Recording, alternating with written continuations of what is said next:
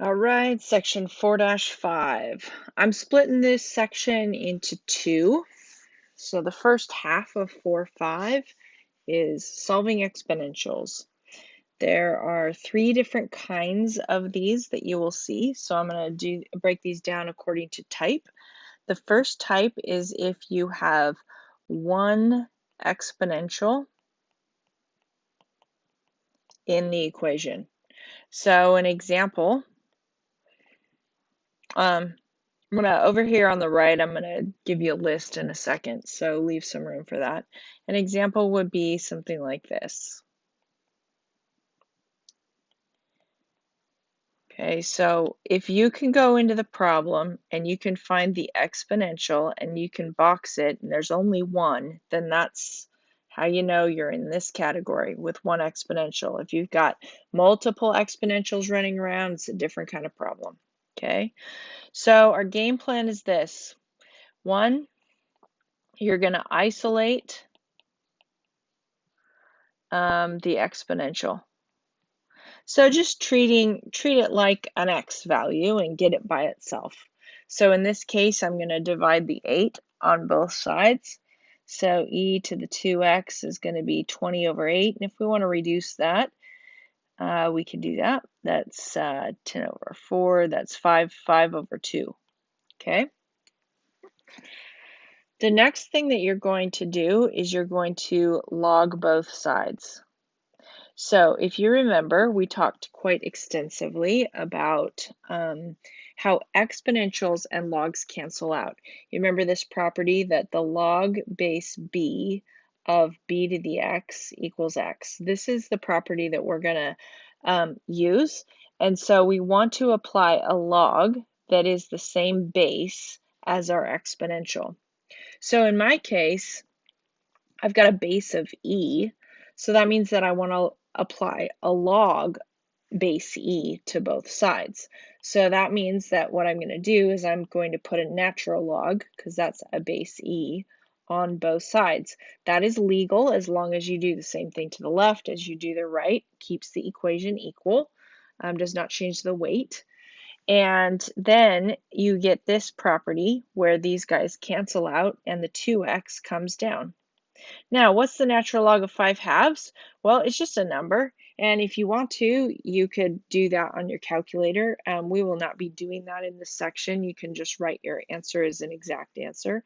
But if you were in a physics class, you would actually calculate that on your calculator. You go natural log of 5/2 and it would give you a decimal.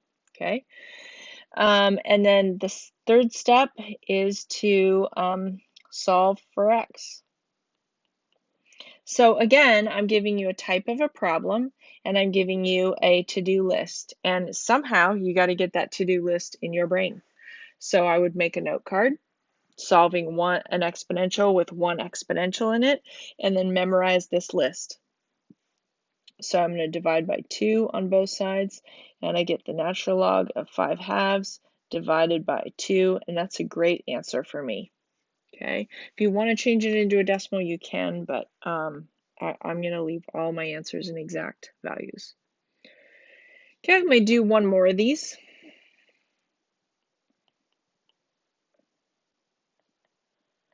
Just algebra on this one looks a little bit different, is all. Let me change this. Let me not do an e again. Let's do a 3 to the negative x. Okay, so again, at the start, I'm going, hey, here's my exponential. And so that's what puts me in this category of one exponential. I can box it and find it. My first step is to isolate that exponential. So I'm going to go ahead and multiply through by the denominator of this to undo my fractions.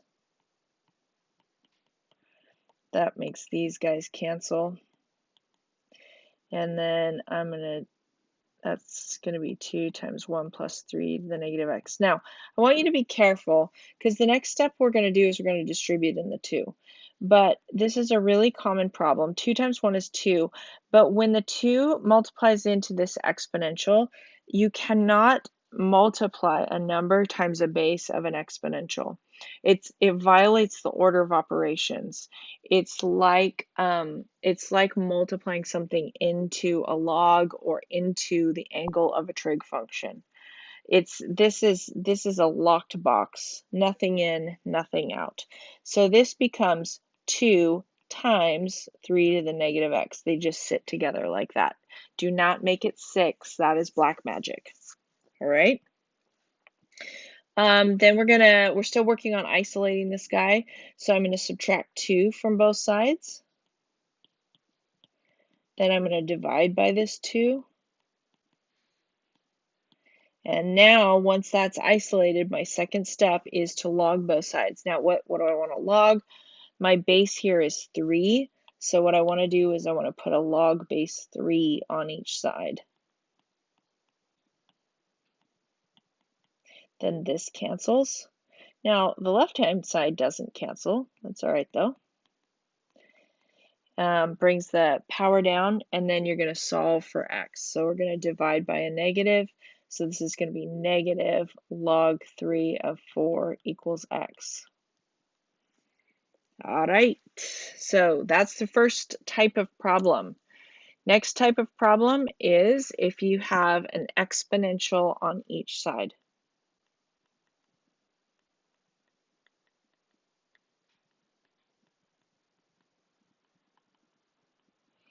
So these actually all look the same, these types of problems.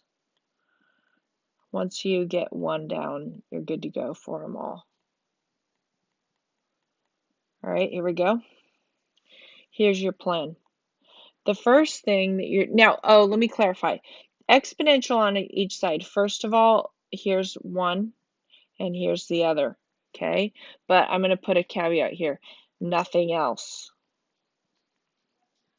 So there's no plus ones running around at the end or anything like that. If there's anything but one exponential on each side, then it's not one of these. First thing here is we only have one thing per side, so we don't need to isolate anything else. You just have one exponential on each side, so the first step is to log both sides. Now, in this case, usually you have a choice. Because I've got two bases. I've got the base on the left is a 4 and the base on the left is a 3, or on the right is a 3. So you get to choose what base you want. Your answers are going to look a lot different depending on which you choose, but they will be equal. So I'm just going to choose a log base 4 for no particular reason. You cannot do a different base on each side. That is black magic, and it makes your equation unequal. So I choose a 4, I stick with the 4 on both sides. That means it cancels here, but it does not cancel on the right. So how we handle that on the right is we use one of our properties that says you can take exponents and bring them down in front of logs. Now, this step can be a little confusing for people because what we're going to do is we're going to distribute the log in here. And what I want you to think of is this log 4 of 3 is just a number. It's like 7 sitting out there, right? If you had a 7 sitting outside of a parentheses, you would just distribute it in. It's the same idea. So you can just, in your brain, just think, okay, log of a number is just a number. So your second step here is to solve for x. And usually that involves some kind of distribution. So what we've got is 5x times the log 4 of 3 minus 2 times the log 4 of 3. That's my distribution. I've got my 2x's over here, and we're going to use the same trick we did with inverses. We want to solve for x, and we've got 2 of them. So if you've got 2 of something that you want to solve for, the trick's always the same. Get them together and factor the thing out. So that means I'm going to move the 1 over to the right, and I'm going to move this log over to the left.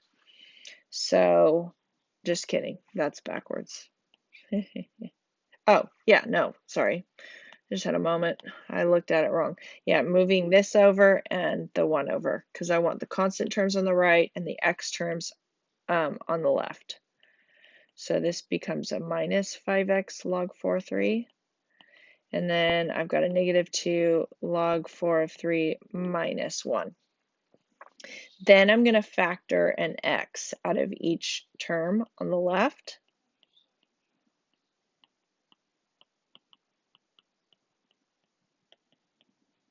And then divide by all that stuff. So x is negative 2 log 4 of 3 minus 1 over 2 minus 5 log 4 of 3. Okay, and that's your answer. If you want to crank that out into decimal, you can, but if I ask for it as an exact value on the exam, this is what I want. Okay, so be able to do both. These are all the same, so I'm not going to do more than one. They all look the same. The third type of problem for exponentials is if you have multiple exponentials and possibly other stuff, I'll say. This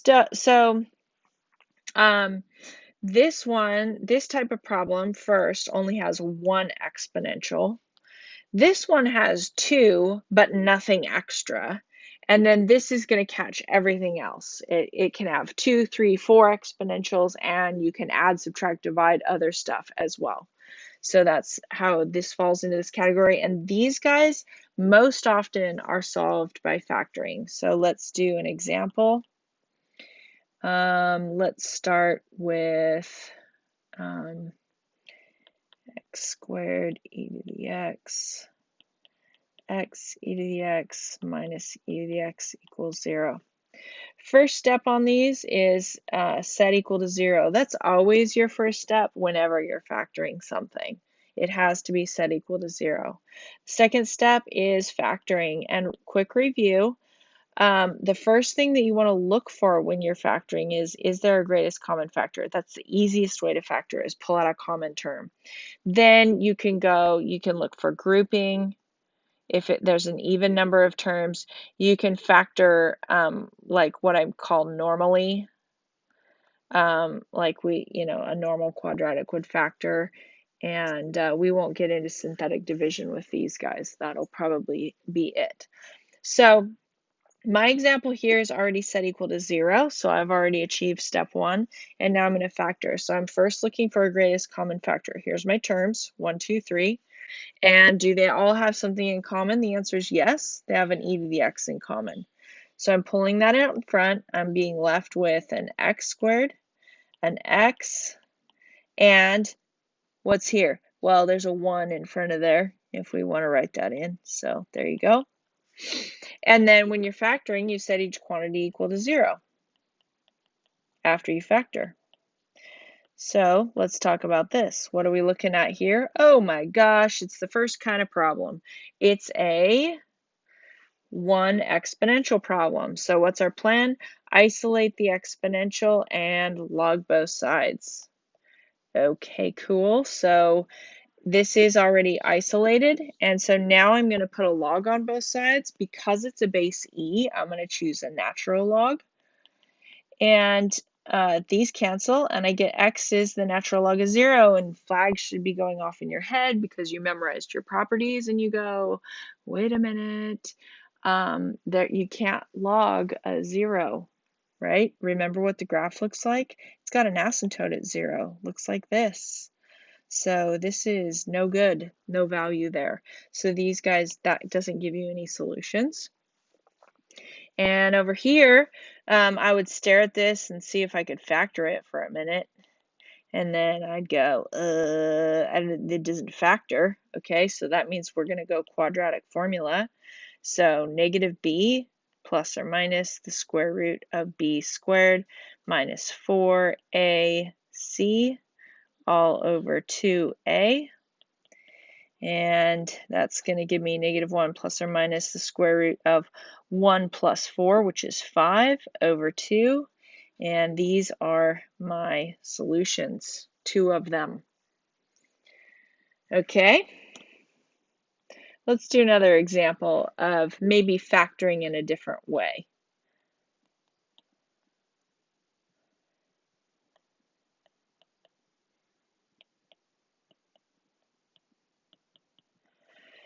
All right, again, I'm going to identify this type of problem because I've got 1, 2 exponentials, so it's definitely not the first type of problem. And I've got extra stuff added, so that means it's not the second type of problem either. So that means I'm thinking towards factoring. I want to set it equal to 0, which it already is, and then factor. In this case, we do not have a greatest common factor because there's no e to the x in this term right here. So that means that there's not a greatest common factor, and I need to think of another way. It does not have an even number of terms, which means grouping doesn't work. And so what I want to do is write this problem off on the side and see if you can notice the similarities. Now, you may not have noticed this on the first inspection. That's fine. I wouldn't have expected you to see this. But now that you've seen it, I want you to be able to identify the pattern. Look at what we have. We have something squared, then that same thing, not squared, and then a number. Well, that's exactly what we're looking at here. Something squared. I could write this as e to the x squared. That's the same thing. And then I've got that same thing and then a number.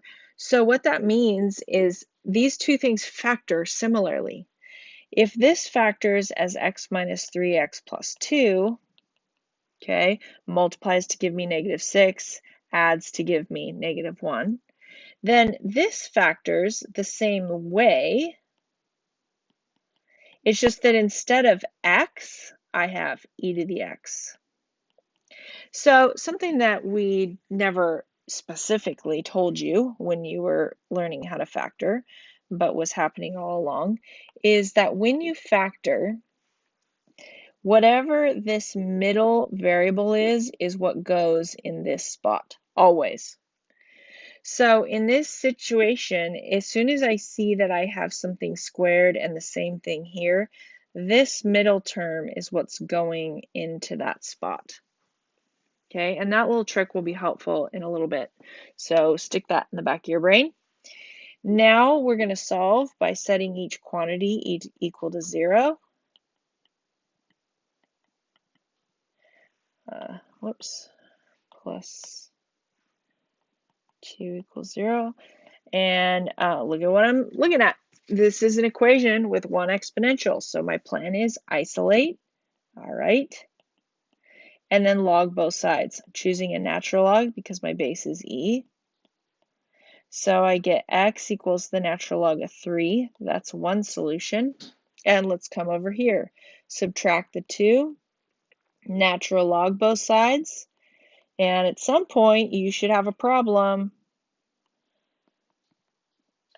This is no solution because we cannot take the natural log of a negative number. Why? Because the graph is only defined for values greater than 0, asymptote 0.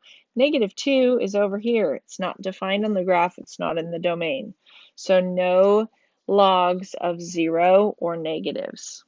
So this is my only solution right there. Done. All right. I want to show you another pattern really quickly.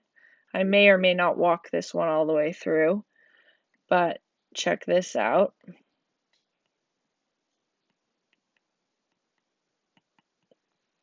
This is the same problem, basically. What's happening? Well, let me write it a little differently and see if this helps.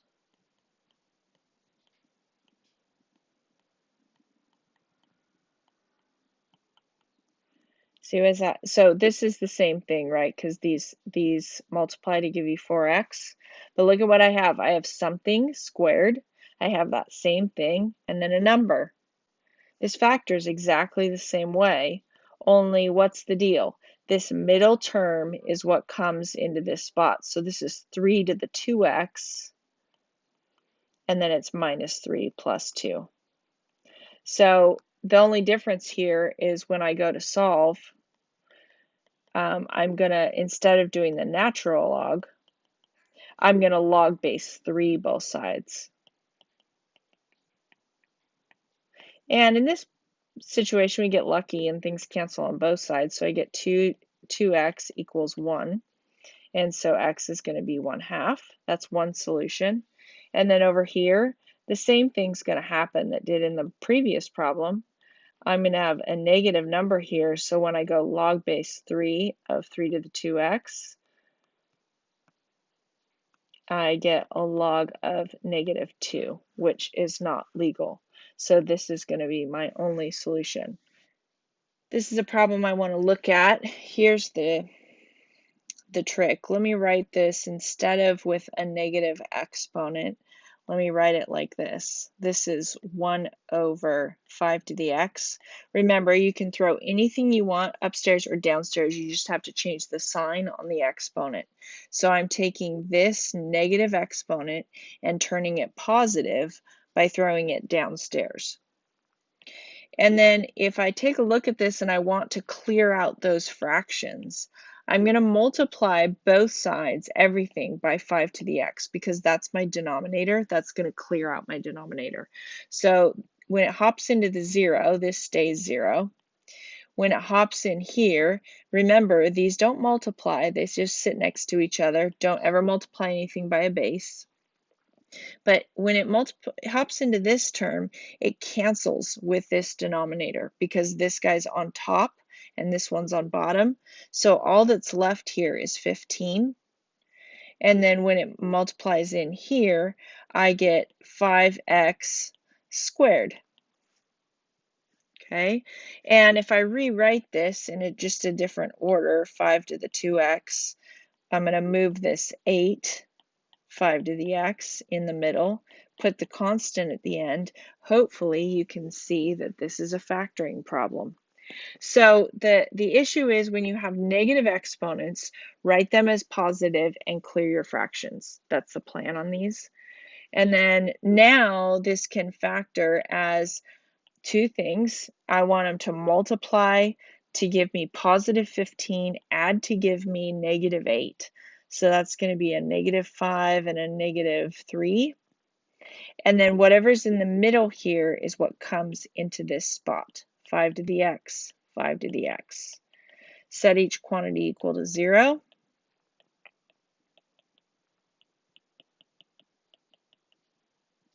And then isolate, and I'm going to log base 5 both sides. So x is going to be log base 5 of 3. That's one answer. And then over here, I'm going to log base 5 both sides again.